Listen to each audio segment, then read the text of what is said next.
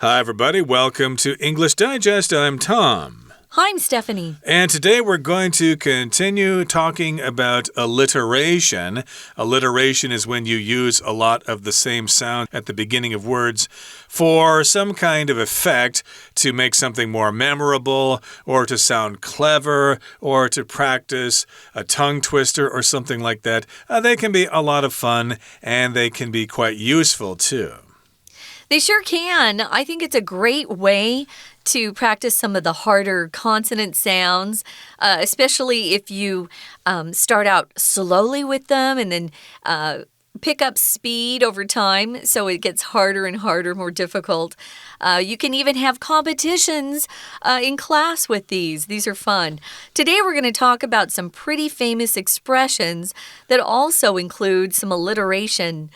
Through thick and thin, make a mountain out of a molehill, and chalk and cheese.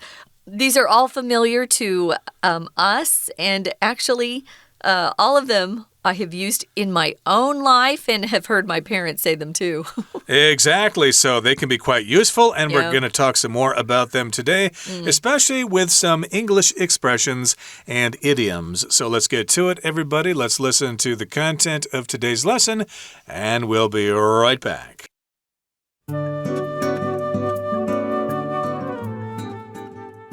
You're likely to stumble across alliteration in many widespread English expressions and idioms.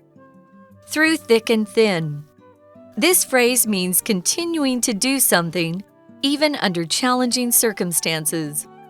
It dates back to the 1300s and derives from a hunting expression, through thicket and thin wood. Groups of trees growing close together were difficult to travel through, whereas sparse forest areas could be easily navigated. The first recorded usage of through thick and thin is in Geoffrey Chaucer's The Canterbury Tales. Example: despite the company's financial trouble, clients supported it through thick and thin. Make a mountain out of a molehill. This idiom refers to exaggerating or making a major issue out of something minor. The oldest record of making a mountain out of a molehill is in Nicholas Udall's 1548 English translation of a Latin text. It also mentions making an elephant out of a fly. This is a clear exaggeration because of the difference in the animal sizes. Example: don't make a mountain out of a molehill. You only got one test question wrong. Chalk and cheese. This expression contrasts two things that have nothing in common. The oldest cited record of chalk and cheese comes from a 1390 text by John Gower. The phrase originated to show the vast difference between two things. It's rumored to refer to a dishonest shop owner that added cheaper materials to his products. He swapped cheese for chalk, but eventually people discovered this scheme. Example: summer and winter weather in this country are like chalk and cheese. Now that you know about alliteration, you'll naturally notice it in newspapers and novels alike.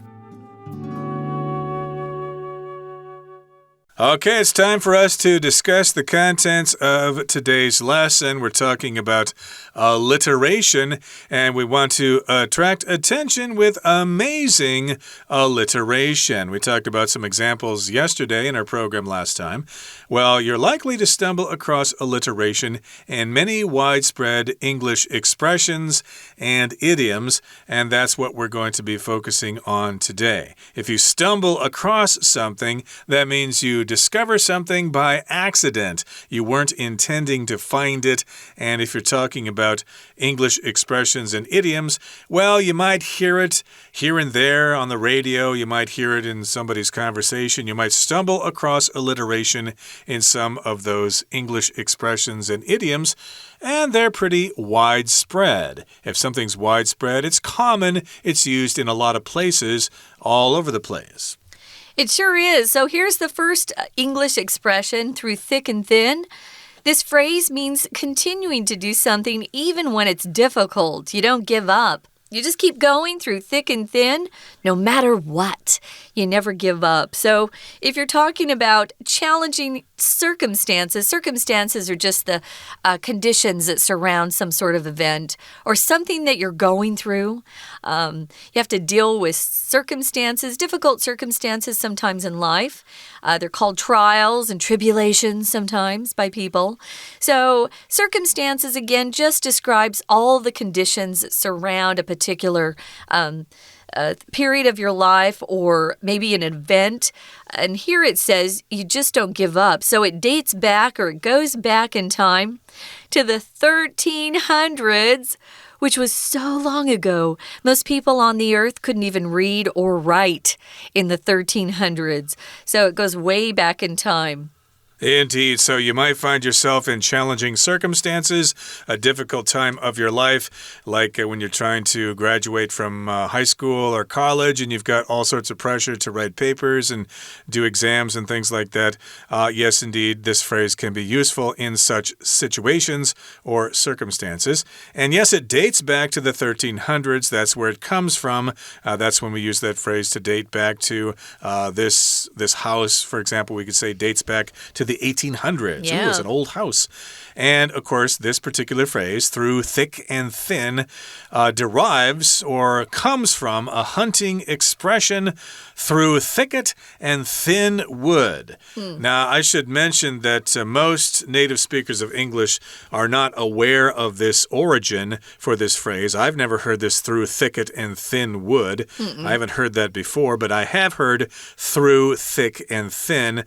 That should be actually quite difficult for people here in Taiwan because you don't have the TH sound in your native languages. So I don't know how you would say this. It's quite a challenge. Through thick and thin. It's the voiceless TH sound. But again, it's an old expression. It comes back from the 1300s.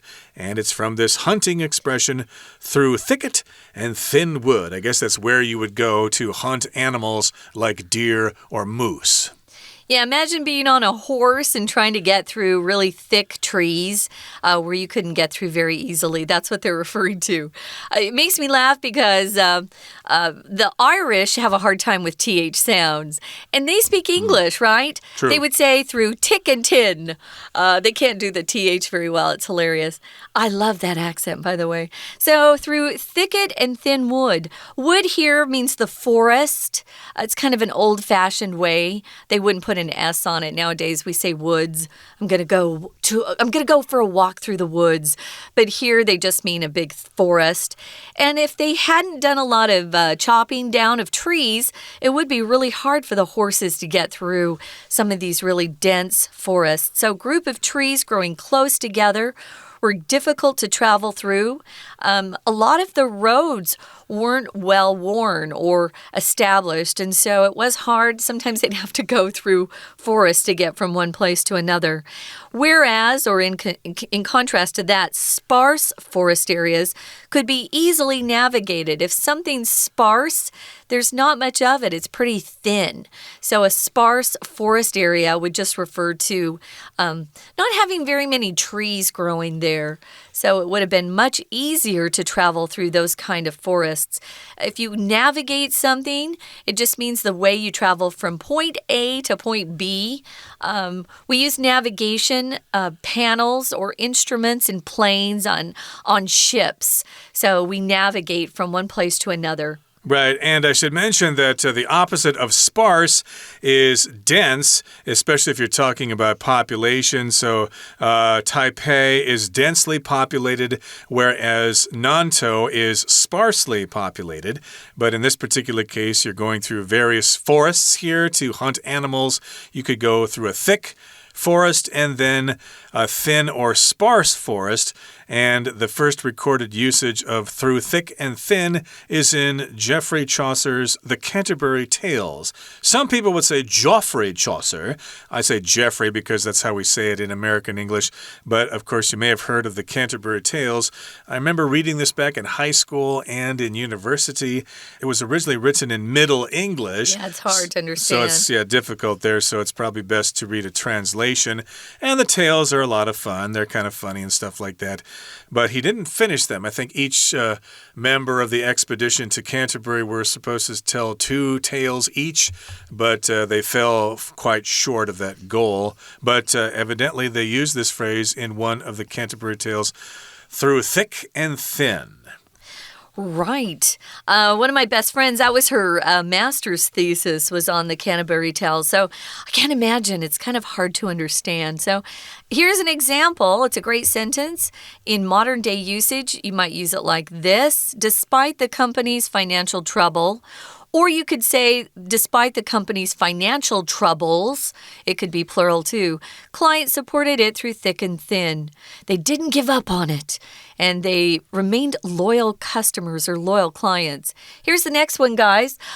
Make a mountain out of a molehill. You'll often hear parents use this with their kids who are really upset about something, and they kind of throw a fit. You've seen kids in stores, and they want their mom or dad to buy them a toy, and the parents say no, and the kid throws himself down on the floor and starts screaming and crying, which is embarrassing for the parents. They're kind of making a mountain out of a molehill. You know, it's not a big deal. I don't buy a toy for you every time we go shopping. But for some people, you know, they want to exaggerate what they're going through, and so they kind of are making a mountain out of a molehill. Do you have an example of this, Tom? Well, I think in Chinese you say 小题大做. You're making a big deal out of this. I think that's similar in meaning. But indeed, to make a mountain out of a molehill does mean to exaggerate something that is really not that bad. Maybe someone in the office is complaining about someone else making too much noise, but that person doesn't make so much noise. You're exaggerating. You're making a mountain out of a molehill. And we'll continue talking about this particular example and this particular phrase in just a couple of seconds, but right now we're going to take a break and listen to our Chinese teacher.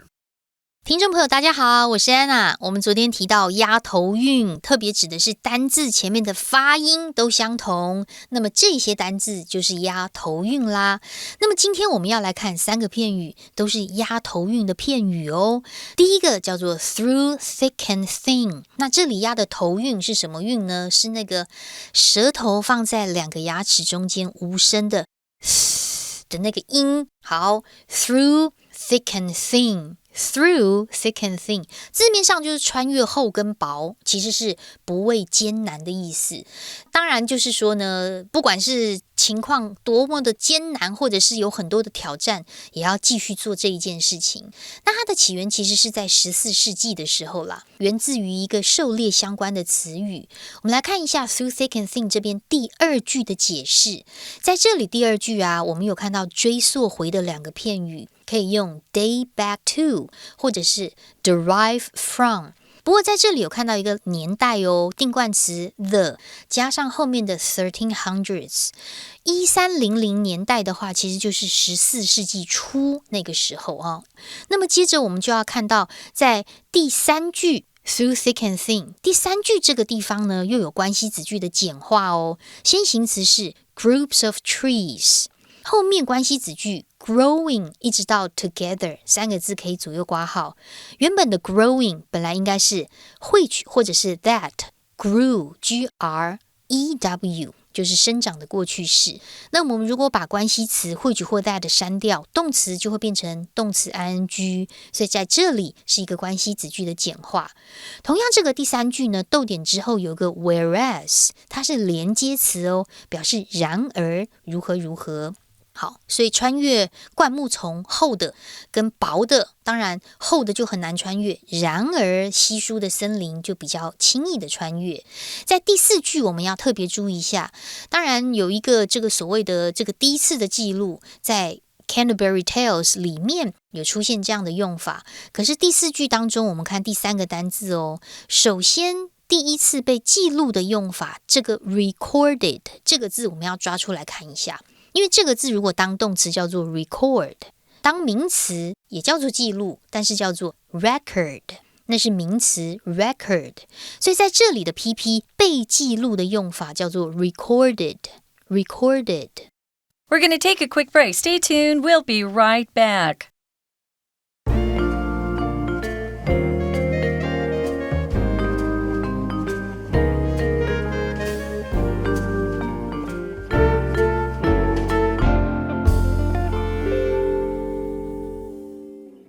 Okay, let's continue to talk about alliteration. Again, alliteration occurs in lots of English expressions and idioms that are widespread and commonly used. Indeed, through thick and thin is quite common.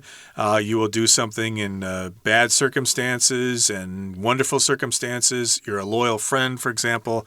And now we're talking about the next phrase, make a mountain out of a molehill. Yeah. So this particular phrase uses alliteration with 3 words that start with the M sound. Make a mountain out of a molehill.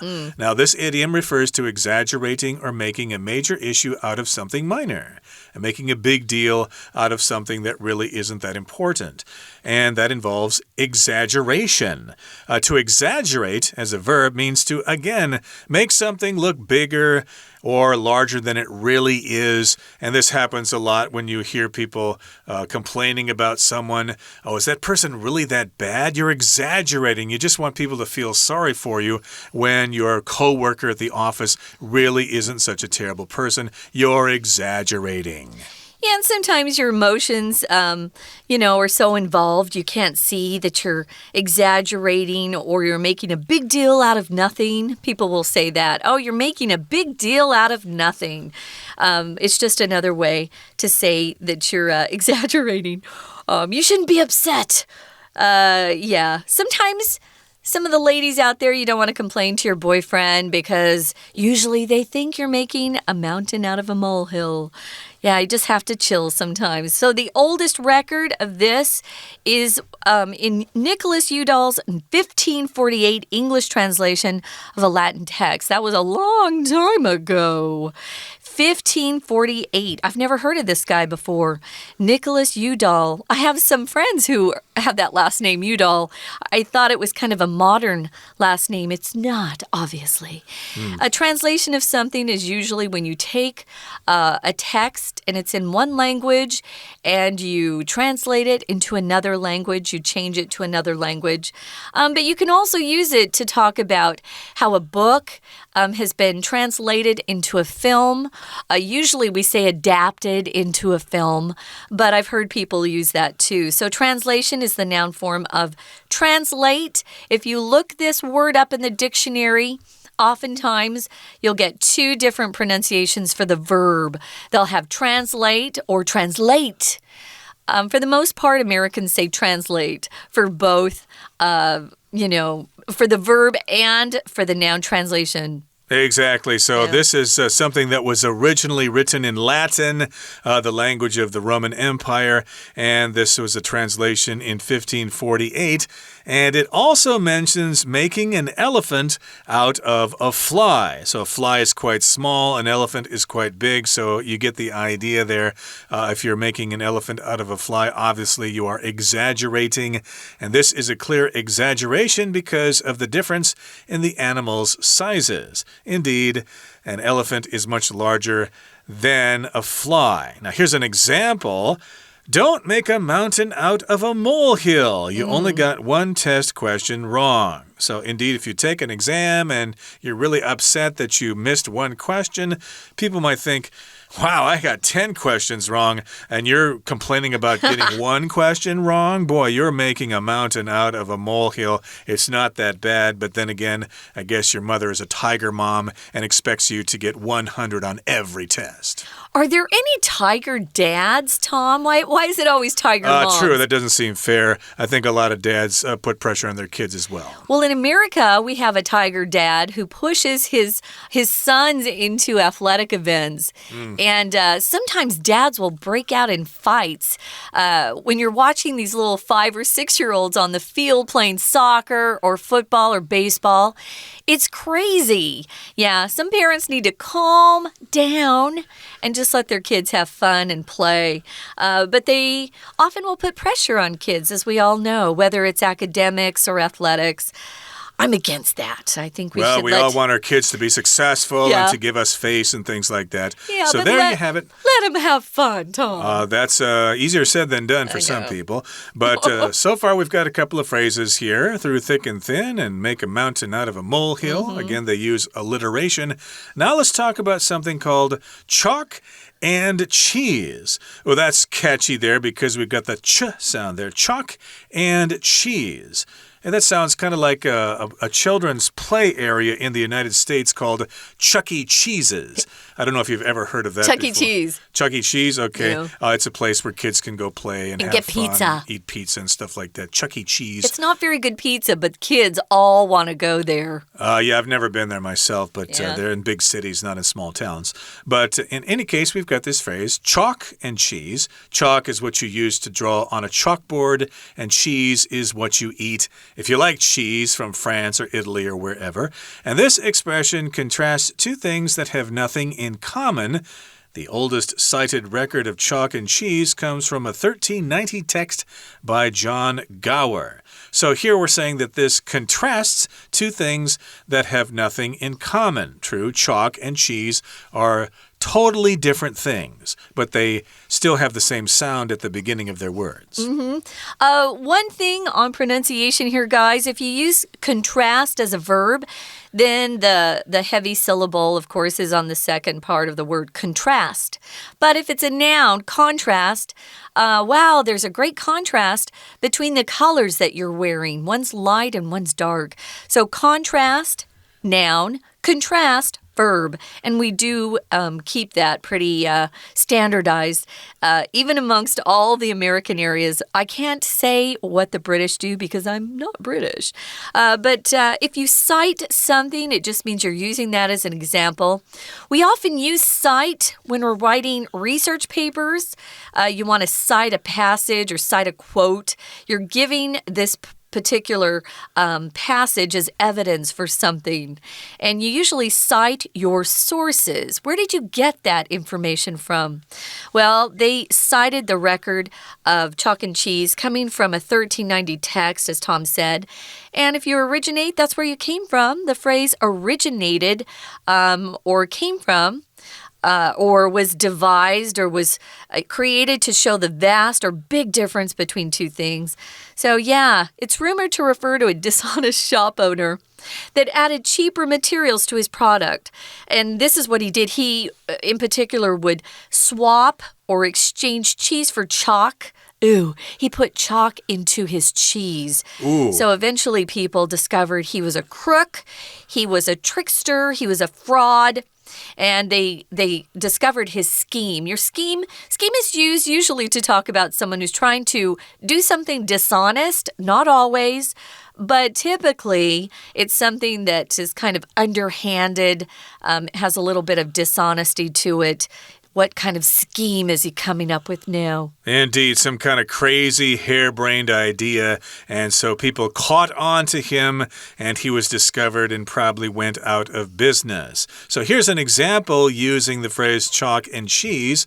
Summer and winter weather in this country are like chalk and cheese. I'm not sure that's so true in Taiwan. You do have kind of chilly winters that rain, and then you have hot summers, but I don't know if they're really that extreme. But if you go to, say, Minnesota or places like that, it is just really, really cold in the winter and really, really hot in the summer. So you could say the weather in Minnesota is like chalk and cheese. They're totally different. They're at extremes. Yeah, I was always really fascinated by that. Back east, you'll have really hot, humid summers, but then the winter is freezing. At least in Arizona, it's not that much of a difference. We get pretty hot in the summer, but it's nice in the winter. So that's it for our alliterations. We hope you learned some fun phrases. As we said before, these are phrases that are often used. And see if you can pick up or notice some of the alliteration in the writing and in the text that you read in the future. It's kind of fun. Okay, so there you have it, our lesson on alliteration. We're going to wrap things up now by listening to our Chinese teacher. 接着就是第二个片语啦，这个片语叫做 make a mountain out of a molehill。诶，都是押 m 的那个音哦。那这个是什么意思呢？首先我们先把动词抓出来。Make A out of B 指的是视 A 为 B。那如果你把一个 molehill 鼹鼠丘啊当成是一座山了，那不是有点小题大做了吗？所以就是有点太夸大的意思。好，所以这样子的一个这个太夸大的这个片语 make a mountain out of molehill， 其实最古老的记录是在这个1548年，当时呢有一个 Nicholas Udalls， 他对于拉丁文本的英文翻译，这是最古老的一个第一次的一个出处，它就出现在这个片语第二句的地方。我们刚刚有特别提到记录的动词 record， 名词 record， 在这里第二句第三个单字看到了名词哦 record， the oldest record， 最老的记录就出现在1548年。好，那么当时呢还有提到什么把苍蝇视为大象啦之类的 make an elephant out of a fly， 那当然就是很显然就是很夸大的意思。那我觉得例句还蛮好用的，因为有时候我们很在乎分数，所以呢就会小题大做了。比如说在例句当中，你不要小题大做，你根本才错一题而已，什么叫做考得很差？ Don't make a mountain of a molehill， You only got one test question wrong。 好，接着第三呢，我们就来看一下 chalk and cheese。 chalk 就是粉笔嘛， cheese 就是 cheese 啊，那这两个东西有什么关系呢？这个完全没有任何关系啊！这就是片语当中第一句所讲的。其实这个片语它就是要来对比对照 contrast 两个完全没有共通点的东西。好，在这句话当中有一个限定用法关系子句哦，先行词是 two things， 关系子句从 that 一直到句尾的地方，中间有一个 have nothing in common，指的是没有任何共同之处。所以 chalk and cheese 到底是要来讲什么啊？其实当时在1390年有一个文本，那第一次好几百年前呢，这句话就是当时就是在讲两件事情的差异很大。可是到底为什么会这样讲呢？传说是这样的，所以我们看到这边的第四句话，其实它有一个被动表示客观的讲法哦。第四句的 it 指的是一个虚主词，后面的被动It's rumored， 这件事情被谣传，什么事呢？ To refer to， 从这个地方开始是真正的主词，一直到后面句尾的地方，也就是被动表示客观讲法。据谣传当时有一个不老实的店主，在他的产品当中添加了比较便宜的材料，而且还把 cheese 换成 chalk， 最后就被大家发现啦。所以现在我们如果说 chalk and cheese 就是截然不同的意思。不过文章很特别哦，最后面我们看到这一句话 Now that， 它是一个连接词，指的是既然如何如何，后面最后一个字的 alike 其实是 both， 两者都如何如何，只不过它会放在修饰词的后面。不过你有没有注意到最后这句话也压了 n 这个头韵呢？ Now that you know about alliteration, you naturally notice it in newspapers and novels alike， 是不是很有趣呢？我是安娜，我们下次见。Okay, that brings us to the end of our lesson for today. Thanks so much for joining us, and hopefully this will give you a better understanding of how alliteration works and how it can be effective in your language studies or in advertising things or memorizing catchy songs and other things like that. From all of us here at English Digest, my name is Tom. And I'm Stephanie. Goodbye. See ya.